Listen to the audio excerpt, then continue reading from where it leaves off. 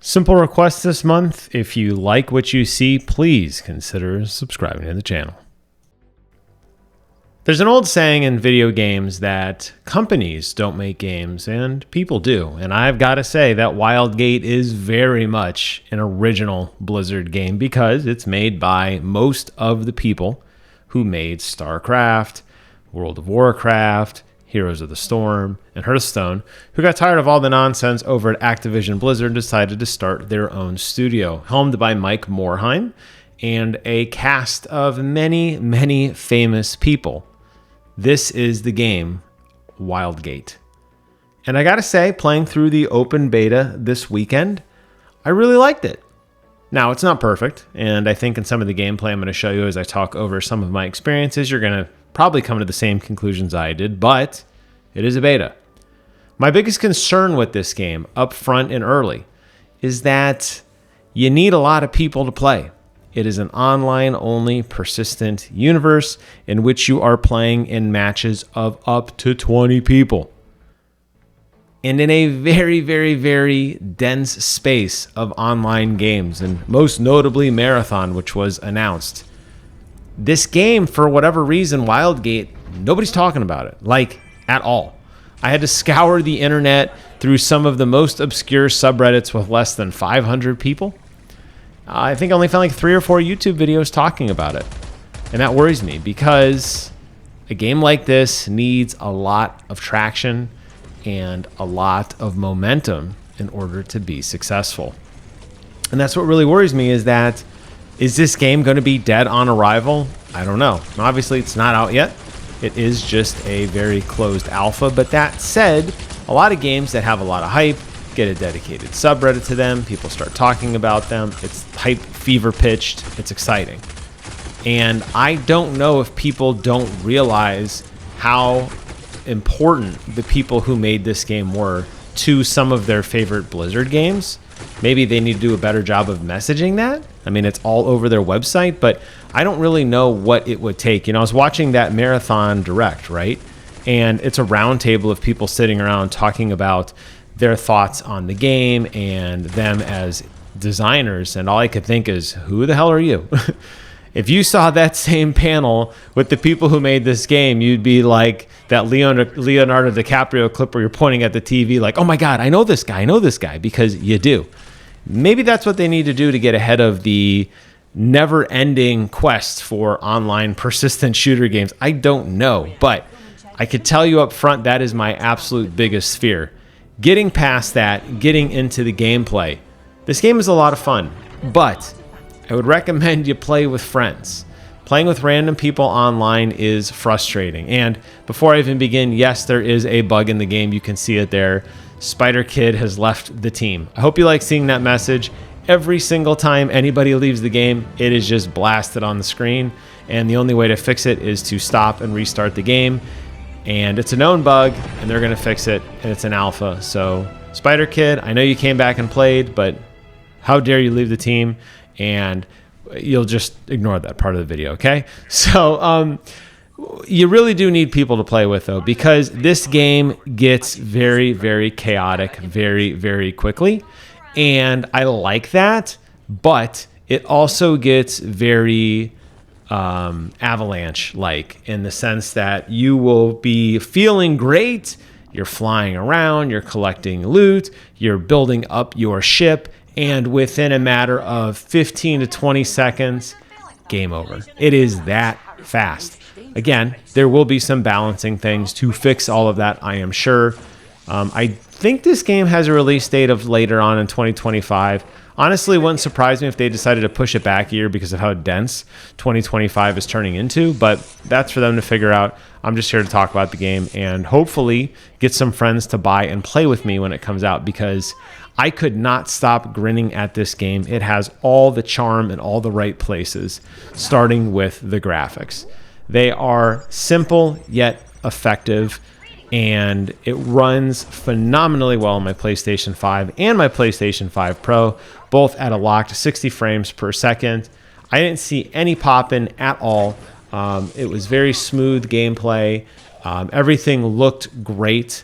Yes, it is more of that cartoony style. Think of a game like Overwatch or World of Warcraft. But again, remember who's making this game. This is their pedigree. This is what they do. This is the graphic style that I think a lot of us expected. It's not hyper realistic. It's not cel shaded. It's just that traditional kind of Blizzard graphic style. And I think it works well here. The character models are awesome. Right now, I believe there's 5 characters that you can select from. They all talk a lot. You can see I left the subtitles on, and obviously I don't mute my gameplay videos, so you can hear some of that in the background. But they are very, very chatty, and I like that.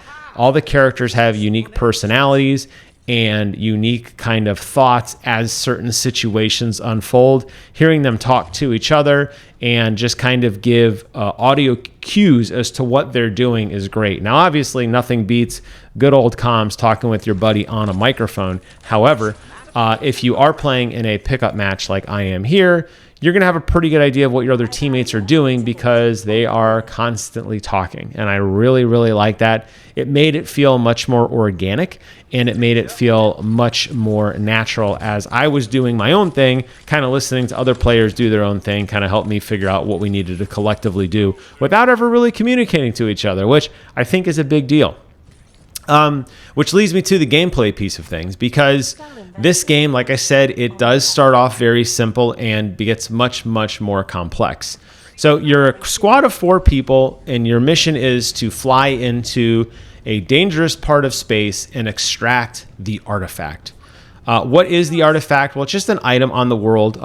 There are a lot of places to explore. There are derelict ships. There are planets. There are other cave structures that all have different objectives to do. Why would you want to do these objectives? Well, it's all about upgrading your ship so that when you go into battle, you are locked and loaded and ready to go. All these different upgrades you'll find are nodes that snap onto various parts of your ship.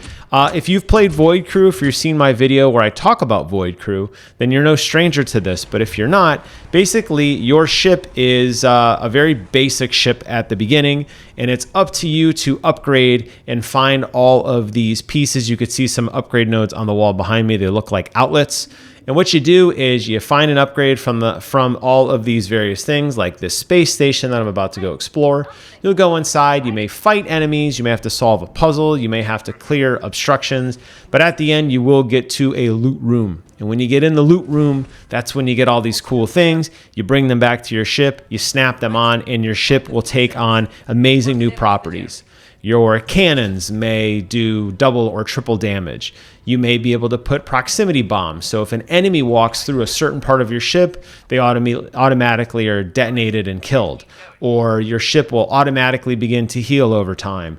Or resources will last longer on future upgrades, just to name a few of the things that I saw. And basically, as you collect all these upgrades and build up your ship, that is when, as you've kind of worked the perimeter of the map, you will all start to funnel in towards the center, where the artifact is, and that's where that kind of next phase of the gameplay begins. So you got that initial looting phase, then you start getting into the more PvP phase. PvP phase is where things go south very, very quickly. And that's one of my bigger frustrations with the game is the spawn camping is a little bit much. If you get got, there's a really good chance you're in big trouble unless another teammate comes to help you out, because spawn camping is very, very real in this game. But if you die, you can come back. No harm, no foul. You'll just pick up where you left off. You will spawn on your ship and continue on your adventure. Now, the PvP element is, yes, just shooting at enemies. Let's say you both beam down to the planet in order to find the artifact and you see an enemy. Well, you have weapons and you can do different things there in terms of that 1v1 combat. But all those upgrades that you got earlier on, it really turns into ship versus ship combat. And it could be you completely manning all of the turrets on your station while an engineer runs around with the repair gun, trying to fix things, trying to repair the ship to keep your health above 0. Or you could decide to take the fight to the enemy, board their ship, sabotage their upgrades, kill off their crew, set off bombs, try to overload their reactor, destroy their shield generators, etc., etc., in an effort to destroy their ship, and by doing so, taking them out of the game. Once your ship is gone, you are gone. That's it. Game over for you. So you could see on every single screen at the bottom center the name of our ship, the Scrub Falcon. I love the randomly net generated names in here, by the way. They are great. The Scrub Falcon is the name of our ship. It currently has 80 health. That will be on your screen the entire time. That is your real life bar. Yes, I have my own individual health bar on the bottom left of the screen, but that health bar on the bottom center, when that goes, you go. And at any time, you can beam back to your ship instantly by pressing down on the D-pad. I don't know what the keyboard keys are, but you can beam back to your ship instantly, which is awesome, which will allow you to get back in the fight. So if I see that 80 start dropping, we are in combat. I better stop everything I'm doing and get back to that ship immediately to help defend. Here's the loot room, by the way. You can see as I'm looking through some of the things. Super easy. Once you get the loot, you just bring it back. You walk it over to a various nodule, plug it in, and it is now activated. Now, on some of the things, they are automatically activated. Sometimes you have to press a very simple button. You can see the cooldown right on the button. It's like a big circle. You press that button, and your widget will go off to battle and do great things for you. So once ships start falling off, though, that's when it gets a little more intense, because you can start looting the ships you've destroyed, picking up their parts, scuttling them, bringing them onto your own, and start picking out the best upgrades. Like right now, we're just picking up whatever we can. You could see all items do have a rarity to them, whether they are uncommon or common or rare or legendary or epic. There's all the similar affixes that you would expect to see in any looter shooter. Here, you're going to pick up some of the better loot, but as you destroy ships, you're going to pick up the best loot, which is going to make you menacing as hell going into that final fight. And if you're not ready for it, you're going to get destroyed. Because of all the stations on the ship, the pilot, kind of like a dedicated engineering station, the turret station, manning all of the various pieces of your ship, you want to have a ship that's powerful enough to be able to take on fights. And it's sometimes great to just sneak up on somebody and, two ships are fighting and kind of like, join in the fight and kind of shoot at one of the ships, and then obviously turn on the loser at the end. That's a viable strategy. You could be pacifist and kind of ignore everybody, which I don't recommend, and just try to sneak in and grab the artifact and get the hell out of there as fast as you can. You can kind of hang out on the periphery and wait till the artifact's extracted and then try to intercept that ship. It opens up a lot of combat, and it does make the gameplay very, very fun because they are kind of bite-sized matches. I never really felt too connected to any single ship or any single game because each match lasted anywhere from 20 to 25 minutes. The stuff you carried over with you, at least in the alpha and at least as far as my progression, was solely for your own character. Different weapons that you had, different pieces of equipment that you could bring, different skins that you had, but nothing in the ship seemed to be permanent. All the ships are identical on the inside. Obviously, the outside, there might be a little bit different flair to them, but all the ships are the same. So regardless of the ship that you're on or the ship that you board, it's very simple for you to remember, like, oh, the engine compartment's down here, or this is where the pilot is, this is where the gunners are, etc., and work your way through those pieces of the enemy ship in order to successfully attack. And then obviously to defend, same thing. You kind of know if the reactor's hit, it's probably down on the first deck and the ass end because that's where the reactor would be, etc., etc. So I like all of that, and the combat flows very naturally because of that.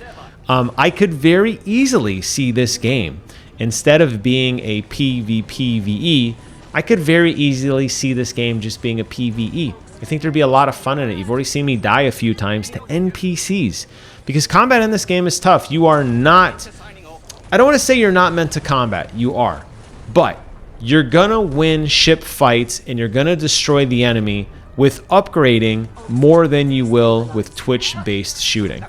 If your ship and your crew are kitted out and working effectively, you can defend pretty much any attack by putting the right upgrade traps around the perimeter of your ship rather than having to resort to just straight run and gun shoot. And I think that is one of the learning curves and one of the objectives that I think this game needs to do a little better job of explaining, because I played about 6 or 7 matches and I've tried them all. You know, I tried just flying straight to the enemy and like going in Rambo style. I tried leveling up my ship a little more. I dedicated myself to being a pilot one game and an engineer one game. And I can tell you, the games where we finished, I didn't finish first, but the games where we finished in a little bit higher position were absolutely because of our upgrades.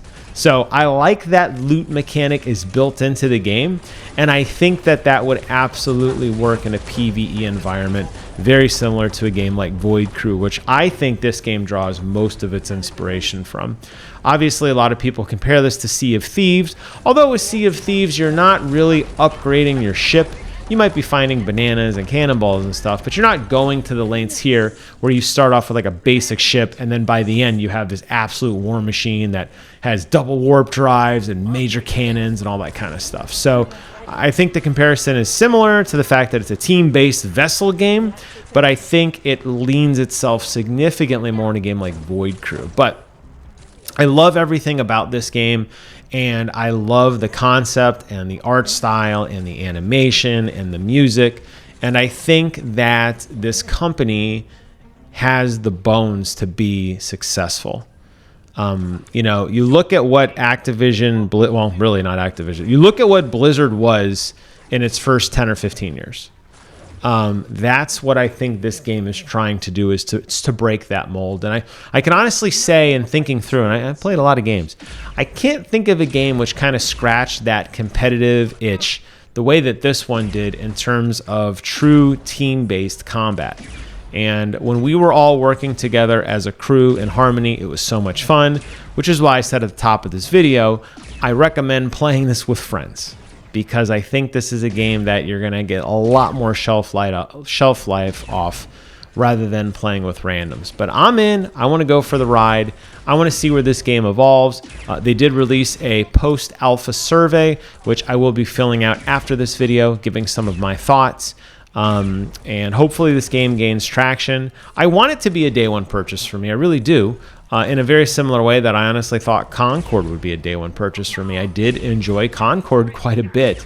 Obviously, the wokeness aside, I thought the gameplay was phenomenal. It looked beautiful. It was engaging, and I liked the maps and all that kind of stuff. Obviously, I was the only one. But, well, I think there was like 3 of us, but I never bought it.